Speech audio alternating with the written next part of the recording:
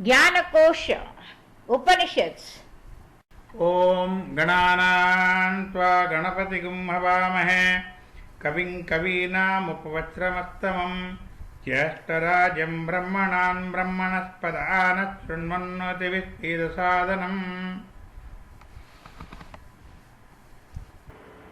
ॐ पूर्णमिदं पूर्णमदः पूर्णात् पूर्णमुदच्यते पूर्णस्य पूर्णमादाय पूर्णमेव अवशिष्यते ॐ शान्ति शान्ति शान्तिः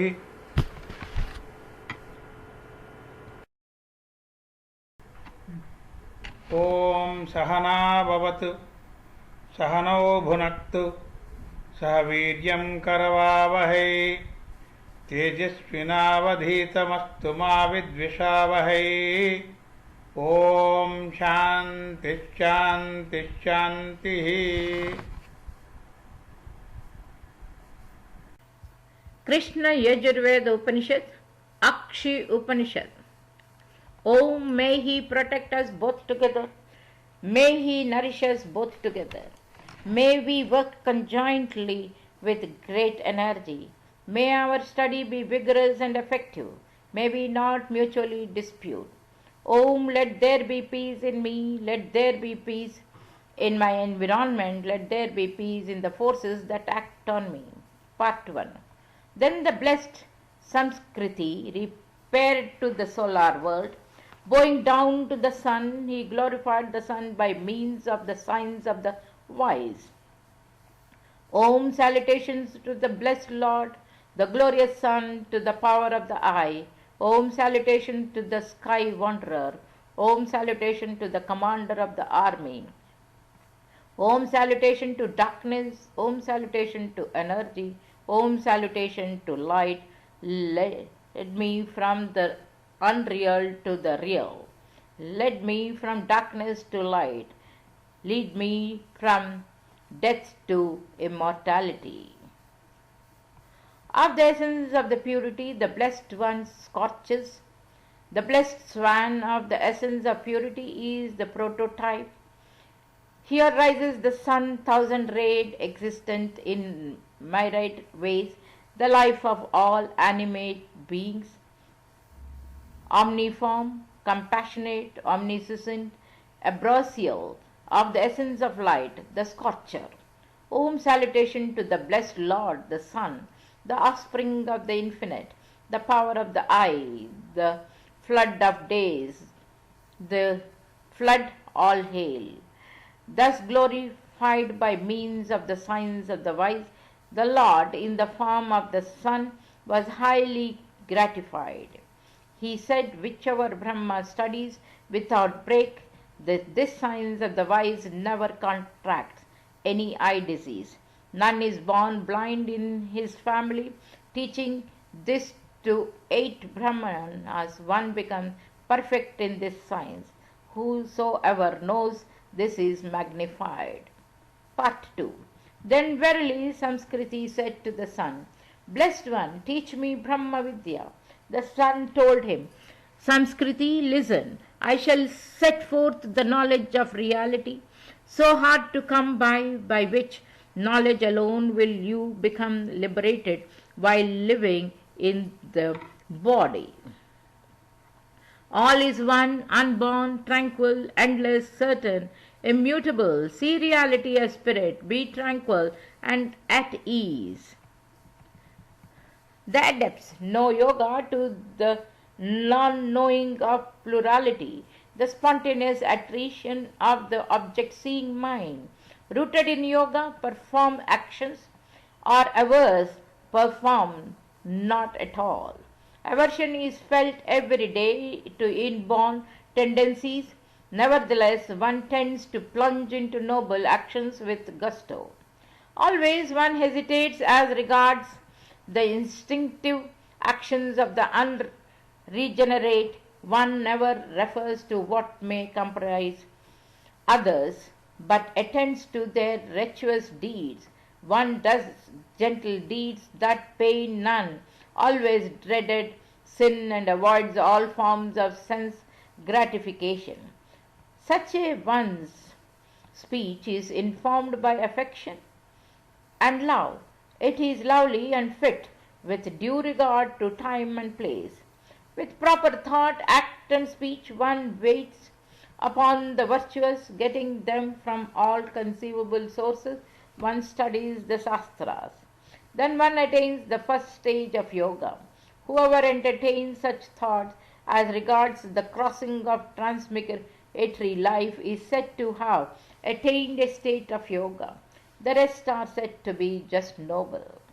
Coming to the next stage of yoga called analysis, the sadhaka resorts to foremost scholars, well known for their serious interpretations of Shruti and Smriti, good conduct, fixed attention, contemplation, and activities. As a householder, his homestead having mastered all that has to be learned, the sadhakas comes to know the categories and the doctrines which are what has to be done and avoided. As a snake sheds its slough, so sheds he even a slight attachment to eternal objects when intensified by pride, conceit, intolerance, greed, and delusion. With a mind disciplined through devotion to the Shastras, teacher, and the company of the virtuous, he truthfully masters the entire body of knowledge, including the secret doctrines. Just a lover repairs to a spotless bed of flowers. From the second, he proceeds to the third state, styled non-attachment. Fixing his steady mind on the truthful import of the Shastra, and busy with the recitation of spiritual texts proper to the hermitages of the ascetics, he expands and expends his long life seated on a bed of stone or a slab, diverting himself with ramblings in the forest, made beautiful by his placid mind. As a result of his meritorious actions, the virtuous passes his time in the delights of detachment, repeatedly studying the positive Shastras. One's perception of reality becomes clear only in due course.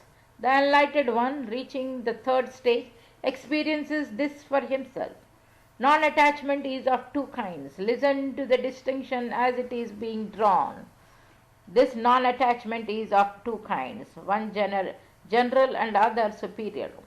The general non-attachment is non-involvement in objects. I am neither agent nor enjoyer, neither the subtler nor the sublated.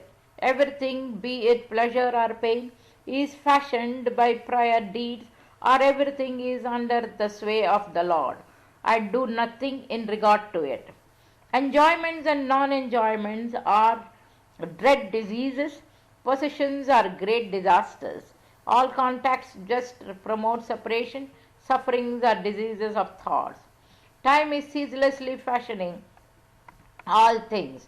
So the general non-attachment of sadhaka, who has grasped the import of the major text, consists in being averse to all things and in not dwelling on them mentally. By cultivating this sequence of stages, the superior non-attachment in the case of the magnanimous supervenes. It is said to be silence, repose, and quiescence. For speech and import have been flung far away in the light of the truth. I am no agent. The agent is God or my own prayer action. The first stage that occurs is sweet on account of the satisfaction and joy that attend it. The sadhaka has just stepped into the sequence of states. The first is an ambrosial sprout. The first stage is the internal, cleansed birthplace of the other stages. Thence one attains the second and the third stages. Among these, the all-pervading third stage is superior. Here the sadhaka has outgrown all proneness to imagine and get enstrained. Those who reach the fourth stage after the dwindling of near science through the exercises of the three stages look on all things with the same eye. When non-duality is established and duality dissolved, those who have reached the fourth stage look upon the phenomenal world as a dream. The first three stages are said to be the waking state, the fourth is called the dream state, and the mind dissolves like the fragments of an autumnal cloud. He who reaches the fifth stage survives, but as bare being. Due to the dissolution of the mind in this stage, the world manifold does not present itself at all. Reaching the fifth stage called deep sleep, the sadhaka remains as pure non-dual being, all particulars having completely vanished. Having reached the fifth stage, one stays consolidated in deep sleep, joyful, inwardly awake, all dual appearances gone. Looking inwards, even when attending to outer things, he appears always indrawn, being extremely exhausted. Practicing in this fifth stage, free from all innate impulses, one reaches as a matter of course the sixth stage named the fourth, where there is neither the non-existent nor the existent, neither the I nor non-I.